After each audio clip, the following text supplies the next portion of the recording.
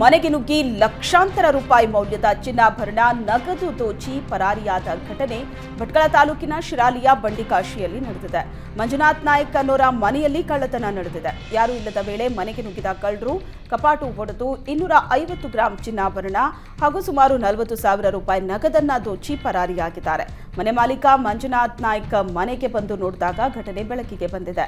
ಭಟ್ಕಳ ಗ್ರಾಮೀಣ ಪೊಲೀಸರು ಸ್ಥಳಕ್ಕೆ ಭೇಟಿ ನೀಡಿ ತನಿಖೆ ನಡೆಸಿದ್ದಾರೆ. ಎಸ್ಎಸ್ಎಲ್ಸಿ ಪರೀಕ್ಷೆಯಲ್ಲಿ ರಾಜ್ಯಕ್ಕೆ ಮೊದಲ ಸ್ಥಾನ ಪಡೆದಿರೋ ಅಂಕಿತಾಗೆ ಶಿಕ್ಷಣ ಸಚಿವ ಮಧು ಬಂಗಾರಪ್ಪ ಶುಭ ಹಾರೈಸಿದ್ದಾರೆ. ಬಾಗಲಕೋಟೆಯ ಅಂಕಿತಾಗೆ ಕರೆ ಮಾಡಿ ಮಾತನಾಡಿದ ಸಚಿವ ಮಧು, ನಿನ್ನ ಸಾಧನೆಯಿಂದ ಸರ್ಕಾರಿ ಶಾಲೆಗಳ ಗೌರವ ಹೆಚ್ಚಾಗಿದೆ. ಸರ್ಕಾರಿ ಶಾಲೆಗಳ ಸ್ಥಿತಿಯನ್ನ ಸುಧಾರಣೆ ಮಾಡೋ ನಮ್ಮ ಜವಾಬ್ದಾರಿ ಹೆಚ್ಚಿದೆ ಅಂತ ಹೇಳಿದರು. ಸರ್ಕಾರಿ ಶಾಲೆ ವಿದ್ಯಾರ್ಥಿನಿಯಾಗಿ ರಾಜ್ಯಕ್ಕೆ ಮೊದಲ ಸ್ಥಾನ ಪಡೆದಿರುವುದು ಸಂತಸದ ವಿಷಯ ಅಂತ ಮಧು ಬಂಗಾರಪ್ಪ ಸಂತಸ ವ್ಯಕ್ತಪಡಿಸಿದರು. ಕಾಡಾನೆ ದಾಳಿಯಿಂದ ಕಂಗೆಟ್ಟಿದ್ದ ಹಾಸನ ಮಂದಿಗೆ ಈಗ ಚಿರತೆ ಕಾಟ ಶುರುವಾಗಿದೆ.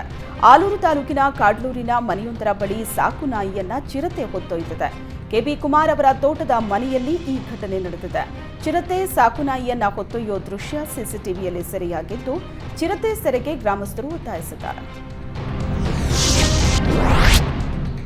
8ನೇ ತರಗತಿಯ ಬಾಲಕಿಯೊಬ್ಬಳನ್ನ ಪರಿಚಯಸ್ಥರೇ ಕಿಡ್ನಾಪ್ ಮಾಡಿರೋ ಆರೋಪ ಬೆಂಗಳೂರಿನಲ್ಲಿ ಕೇಳಿಬಂದಿದೆ. ಯಾದಗಿರಿ ಜಿಲ್ಲೆ ಸುರಪುರ ಮೂಲದ ಭಾಗ್ಯಶ್ರೀ ಎಂಬಾಕೆಯನ್ನ ಅಪಹರಿಸಲಾಗಿದೆ ಅಂತ ಪೋಷಕರು ದೂರು ನೀಡಿದ್ದಾರೆ. ಏಪ್ರಿಲ್ 3ರಂದು ಸಿದ್ದಲಿಂಗ ಹಾಗೂ ಮಾಳಮ್ಮ ದಂಪತಿಗಳು ಭಾಗ್ಯಶ್ರೀಯನ್ನ ಕಿಡ್ನಾಪ್ ಮಾಡಿದ್ದಾರೆ. ಮಾಟಮಂತ್ರ ಮಾಡಿ ಮಗಳನ್ನ ಕಿಡ್ನಾಪ್ ಮಾಡಿರುವುದಾಗಿ ಭಾಗ್ಯಶ್ರೀಯ ಪೋಷಕರು ಆರೋಪ ಮಾಡಿದ್ದಾರೆ. ಸಿದ್ದಲಿಂಗ ಮಾಳಮ್ಮ ದಂಪತಿ ಹಾಗೂ ಭಾಗ್ಯಶ್ರೀಯ ಪೋಷಕರು ಪರಿಚಯಸ್ಥರಾಗಿದ್ದು, ಹೆಬ್ಬಾಳದ ಹೀರನಪಾಳ್ಯ ಬಳಿ ಅಕ್ಕಪಕ್ಕದ ಮನೆಗಳಲ್ಲಿ ವಾಸ ಮಾಡ್ತಾ ಇದ್ರು. ಇನ್ನು ಕಿಡ್ನಾಪ್ ಸಂಬಂಧ ಗೋವಿಂದಪುರ ಪೊಲೀಸ್ ಠಾಣೆಯಲ್ಲಿ ದೂರು ದಾಖಲಾಗಿದೆ. ಆಂಧ್ರಪ್ರದೇಶದಲ್ಲಿ ನಾಳೆ ಮತದಾನದ ಹಿನ್ನೆಲೆ ರಾಯಚೂರಿನಲ್ಲಿ ಕೆಎಸ್ಆರ್ಟಿಸಿ ಬಸ್ ಸೇವೆಯಲ್ಲಿ ವ್ಯತ್ಯಯವಾಗಲಿದೆ. ಚುನಾವಣಾ ಕಾರ್ಯಕ್ಕಾಗಿ ರಾಯಚೂರಿನಿಂದ ಆಂಧ್ರಪ್ರದೇಶಕ್ಕೆ 42 ಕೆಎಸ್ಆರ್ಟಿಸಿ ಬಸ್ಗಳು ತೆರಳಿದ್ದು, ಪ್ರಯಾಣಿಕರು ಸಹಕರಿಸಬೇಕು ಅಂತ ಸಾರಿಗೆ ಇಲಾಖೆ ಮನವಿ ಮಾಡಿಕೊಂಡಿದೆ. ಇನ್ನು ಬಸ್ಗಳ ಸಂಖ್ಯೆ ಕಡಿಮೆ ಆದ ಕಾರಣ ಪ್ರಯಾಣಿಕರು ಪರದಾಡಿದ್ದಾರೆ. ಬೆಂಗಳೂರು ಮೈಸೂರು ದಶಪಥ ಹೆದ್ದಾರಿಯಲ್ಲಿ ಸರಣಿ ಅಪಘಾತ ಸಂಭವಿಸಿದೆ. ಹಿಂಬದಿಯಿಂದ ಬಂದ ಕಾರುಗಳು ಒಂದಕ್ಕೊಂದು ಡಿಕ್ಕಿ ಹೊಡೆದುಕೊಂಡಿದೆ. ಚನ್ನಪಟ್ಟಣ ತಾಲೂಕಿನ ತಿಟ್ಟಮಾರನಹಳ್ಳಿ ಬ್ರಿಡ್ಜ್ ಬಳಿ ಈ ಘಟನೆ ನಡೆದಿದೆ. ಸರಣಿ ಅಪಘಾತಕ್ಕೆ 4 ಕಾರುಗಳು ನಜ್ಜುಗುಜ್ಜಾಗಿದೆ. ಅದೃಷ್ಟವಶಾತ್ ಯಾವುದೇ ಪ್ರಾಣಾಪಾಯ ಸಂಭವಿಸಿಲ್ಲ. ಇನ್ನು ಅಪಘಾತದ ಬಳಿಕ ಹೆದ್ದಾರಿಯಲ್ಲಿ ಕೆಲಕಾಲ ಟ್ರಾಫಿಕ್ ಜಾಮ್ ಉಂಟಾಯಿತು. ಮದುವೆ ಊಟ ಸೇವಿಸಿ 30ಕ್ಕೂ ಹೆಚ್ಚು ಮಂದಿ ಅಸ್ವಸ್ಥಗೊಂಡ ಘಟನೆ ಚಿತ್ರದುರ್ಗ ತಾಲೂಕಿನ ಕಾಲಗೇರಿ ಗ್ರಾಮದಲ್ಲಿ ನಡೆದಿದೆ.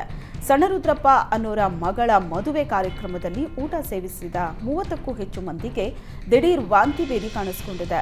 ಇನ್ನು ಅಸ್ವಸ್ಥರನ್ನ ದಾವಣಗೆರೆ ಜಿಲ್ಲಾಸ್ಪತ್ರೆಗೆ ದಾಖಲಿಸಿ ಚಿಕಿತ್ಸೆ ನೀಡಲಾಗುತ್ತಿದೆ. ಅಸ್ವಸ್ಥರ ಪೈಕಿ 15ಕ್ಕೂ ಹೆಚ್ಚು ಮಕ್ಕಳಿದ್ದಾರೆ. ಸದ್ಯ ಯಾವುದೇ ಪ್ರಾಣಾಪಾಯ ಇಲ್ಲ ಅಂತ ವೈದ್ಯರು ಮಾಹಿತಿ ನೀಡಿದ್ದಾರೆ. ಭರಮಸಾಗರ ಪೊಲೀಸ್ ಠಾಣಾ ವ್ಯಾಪ್ತಿಯಲ್ಲಿ ಘಟನೆ ನಡೆದಿದೆ.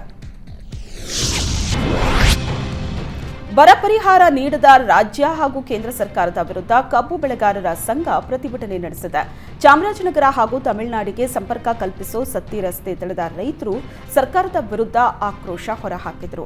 ಬರ ಪರಿಹಾರ ನೀಡೋದಕ್ಕೆ ರಾಜ್ಯ ಹಾಗೂ ಕೇಂದ್ರ ಸರ್ಕಾರಗಳು ಮೀನಾಮೇಷ ಎಣಿಸುತ್ತಿದೆ. ನೀತಿ ಸಂಹಿತೆ ಹೆಸರಲ್ಲಿ ರೈತ ವರ್ಗಕ್ಕೆ ಸರ್ಕಾರಗಳು ಅನ್ಯಾಯ ಮಾಡುತ್ತಿವೆ. ರಾಜ್ಯದ ಶಾಸಕರು, ಮಂತ್ರಿಗಳು ಹಾಗೂ ಸಂಸದರ ನಾಲಾಯಕಗಳು ಅಂತ ಅನ್ನದಾತರು ಕಿಚ್ಚು ಹೊರಹಾಕಿದರು.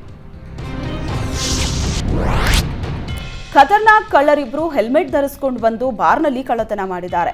ಬೆಂಗಳೂರಿನ ಕೆಆರ್ಪುರಂ ಸಮೀಪದ ಟಿಸಿ ಪಾಳ್ಯದಲ್ಲಿ ಘಟನೆ ನಡೆದಿದ್ದು, ರಾತ್ರಿ 2:30ರ ಸುಮಾರಿಗೆ ಟಿಸಿ ಪಾಳ್ಯದ ಭಾಗ್ಯ ಬಾರ್ನ ಶಟರ್ ಅನ್ನ ಮುರಿದು ಖದೀಮರು ಕ್ಯಾಶ್ ಬಾಕ್ಸ್ನಲ್ಲಿದ್ದ 60,000 ನಗದನ್ನ ಎಗರಿಸಿದ್ದಾರೆ.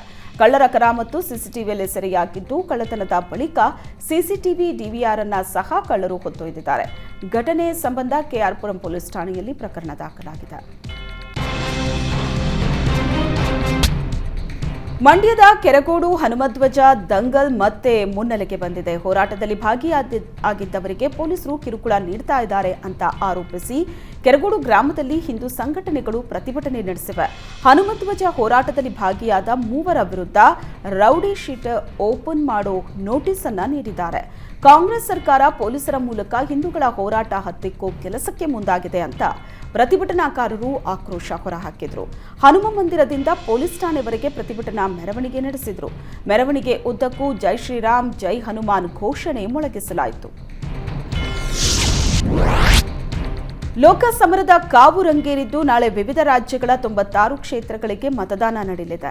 ಆಂಧ್ರಪ್ರದೇಶ, ತೆಲಂಗಾಣದ ಎಲ್ಲಾ ಕ್ಷೇತ್ರಗಳು ಸೇರಿದಂತೆ ಉತ್ತರ ಪ್ರದೇಶ, ಮಹಾರಾಷ್ಟ್ರ, ಮಧ್ಯಪ್ರದೇಶ ಮತ್ತು ಪಶ್ಚಿಮ ಬಂಗಾಳ ಸೇರಿದಂತೆ ಹಲವು ರಾಜ್ಯಗಳಲ್ಲಿ ಮತದಾನ ನಡೆಯಲಿದೆ. ಒಟ್ಟು 1717 ಅಭ್ಯರ್ಥಿಗಳ ಅದೃಷ್ಟ ಪರೀಕ್ಷೆ ನಡೆಯಲಿದೆ. ಇನ್ನು ನಿನ್ನೆ ಸಂಜೆನೇ ಬಹಿರಂಗ ಪ್ರಚಾರಕ್ಕೆ ತೆರೆ ಬಿದ್ದಿದ್ದು ಮನೆ ಮನೆ ಪ್ರಚಾರಕ್ಕೆ ಮಾತ್ರ ಅವಕಾಶ ನೀಡಲಾಗಿದೆ. ಮತ್ತೊಂದು ಕಡೆ ಲೋಕಸಭೆ ಚುನಾವಣೆ ಜೊತೆಗೆ ಆಂಧ್ರಪ್ರದೇಶದ ವಿಧಾನಸಭೆಗೂ ಚುನಾವಣೆ ನಡೆಯಲಿದೆ. ಸಾರ್ವಜನಿಕವಾಗಿ ಚರ್ಚಿಸಲು ನಿವೃತ್ತ ನ್ಯಾಯಾಧೀಶರು ಹಾಗೂ ಪತ್ರಕರ್ತರು ನೀಡಿದ ಆಹ್ವಾನವನ್ನ ಕಾಂಗ್ರೆಸ್ ನಾಯಕ ರಾಹುಲ್ ಗಾಂಧಿ ಸ್ವೀಕರಿಸಿದ್ದಾರೆ. ಬಹಿರಂಗ ಚರ್ಚೆಗೆ ನಾನು ಸಿದ್ಧನಾಗಿದ್ದೇನೆ, ಪ್ರಧಾನಿ ಮೋದಿಯೂ ಬಹಿರಂಗ ಚರ್ಚೆಗೆ ಬರಲಿ ಅಂತ ರಾಹುಲ್ ಸವಾಲೆಸೆದಿದ್ದಾರೆ. ಬಹಿರಂಗ ಚರ್ಚೆಯ ಆಹ್ವಾನದ ಕುರಿತು ಕಾಂಗ್ರೆಸ್ ಅಧ್ಯಕ್ಷ ಮಲ್ಲಿಕಾರ್ಜುನ್ ಖರ್ಗೆ ಅವರೊಂದಿಗೆ ಚರ್ಚಿಸಿದ್ದೇನೆ. ಇಂಥ ಚರ್ಚೆಯು ಜನರು ನಮ್ಮ ದೃಷ್ಟಿಕೋನವನ್ನು ಅರ್ಥ ಮಾಡಿಕೊಳ್ಳೋದಕ್ಕೆ ಸಹಾಯ ಮಾಡುತ್ತೆ ಅಂತ ರಾಗ ತಮ್ಮ ಟ್ವಿಟರ್ ಖಾತೆಯಲ್ಲಿ ಬರೆದುಕೊಂಡಿದ್ದಾರೆ. ಮತದಾನಕ್ಕೆ ಒಂದು ದಿನ ಬಾಕಿ ಇರೋ ಹೊತ್ತಲ್ಲೇ ಅಪಘಾತಕ್ಕೀಡಾದ ವಾಹನವೊಂದರಲ್ಲಿ 7 ಕೋಟಿ ಹಣ ಪತ್ತೆಯಾಗಿದೆ. ಆಂಧ್ರಪ್ರದೇಶದ ನಲ್ಲಜರ್ಲಾ ಮಂಡಲದ ಅನಂತಪಲ್ಲಿ ಬಳಿ ಈ ಘಟನೆ ನಡೆದಿದೆ. ಟಾಟಾ ಏಸ್ ವಾಹನಕ್ಕೆ ಡಿಕ್ಕಿ ಹೊಡೆದು ಲಾರಿಯೊಂದು ಮಗುಚಿ ಬಿದ್ದಿತ್ತು. ಲಾರಿ ಪರಿಶೀಲಿಸಿದಾಗ 7 ಬಾಕ್ಸ್ಗಳಲ್ಲಿ ಬರೋಬ್ಬರಿ 7 ಕೋಟಿ ರೂಪಾಯಿಗಳು ಪತ್ತೆಯಾಗಿದೆ. ಇದು ಚೀಲಗಳಲ್ಲಿ ನಗದಿಟ್ಟಿರೋ ಪೆಟ್ಟಿಗೆಗಳನ್ನು ಸಾಗಿಸಲು ಪ್ರಯತ್ನಿಸ್ತಾ ಇದ್ದ ವ್ಯಕ್ತಿಗಳನ್ನು ಪೊಲೀಸರು ಬಂಧಿಸಿದ್ದಾರೆ. ಪ್ರತಿ ಬಾಕ್ಸ್ನಲ್ಲಿ 500 ರೂಪಾಯಿ ಮುಖಬೆಲೆಯ 1 ಕೋಟಿ ರೂಪಾಯಿ ನಗದು ಇತ್ತು ಅಂತ ಪೊಲೀಸರು ತಿಳಿಸಿದ್ದಾರೆ.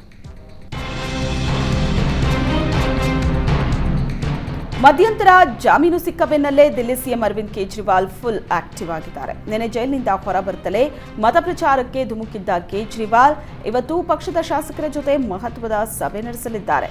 ದೆಹಲಿಯ ಸಿವಿಲ್ ಲೈನ್ಸ್ನಲ್ಲಿರೋ ತಮ್ಮ ನಿವಾಸದಲ್ಲಿ ಶಾಸಕರ ಸಭೆ ಕರೆದಿದ್ದಾರೆ. ಮೇ 25ರಂದು ದೆಹಲಿಯ 7 ಕ್ಷೇತ್ರಗಳಿಗೆ ಚುನಾವಣೆ ನಡೆಯಲಿದ್ದು ಎಲೆಕ್ಷನ್ ರಣತಂತ್ರ ಹೆಣೆಯುವ ಕುರಿತು ಶಾಸಕರೊಂದಿಗೆ ಚರ್ಚಿಸಲಿದ್ದಾರೆ.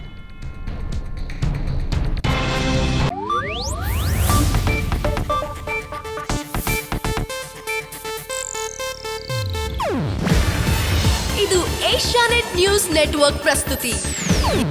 ನೀವು ನೋಡ್ತಿದ್ದೀರಾ ಏಷ್ಯಾನೆಟ್ ಸುವರ್ಣ ನ್ಯೂಸ್.